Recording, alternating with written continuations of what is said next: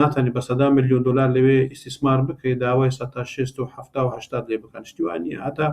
ئەمە هاتوچۆمان زۆر هەیە هاوڕام هاوبرادەرمان هەیە بزنسمانن لە دووبەی ئیش دەکەن لەوێ ئەگەر ژڕێکەوە دەگە خەڵکە لۆکالەکە 110 و 7 و 15 و 13 دەدەن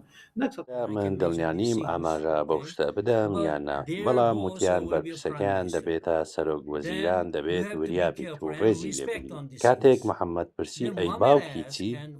وتیان باوکی نەخۆش و بۆم جوانە دەمرێت لەم کاتە ئەگەر ڕێنمایی پێشنیاز بکەین ئەوە بە توندی ڕاستپاردە دەکەین بۆ ئەو کەسانەی لە دەسەڵاتن کە دەبێت زۆر ئاگداری دەوروبەرەکەیان بن ئێمە کە من و دکتۆریان زۆر لەو بوارە ئیشمان کردووە خاستان کارەبا مشکلی کارەبا دەبا 15 ساڵ پێش ئێستا چارەسەرکرا دەبشتی باش دانن گوتن کاکە ئیشی من نییە ئیشی ماوەیە ئەنگۆ ئەتو بسی ئیش بکە و پارێ بینی لەسەر حاضری ینی هیچ نییە دانەنێن وەریە هیچ پارە دانەنێن نانە پارەکە هەموو دیمە بۆ سەرفکردن ئیشکردن ڕیسکردن خەتەریات چه هەبی چێشە چه هەبی هیچ ئایدیوان نییە بەس ئەگە پارە هات بەێ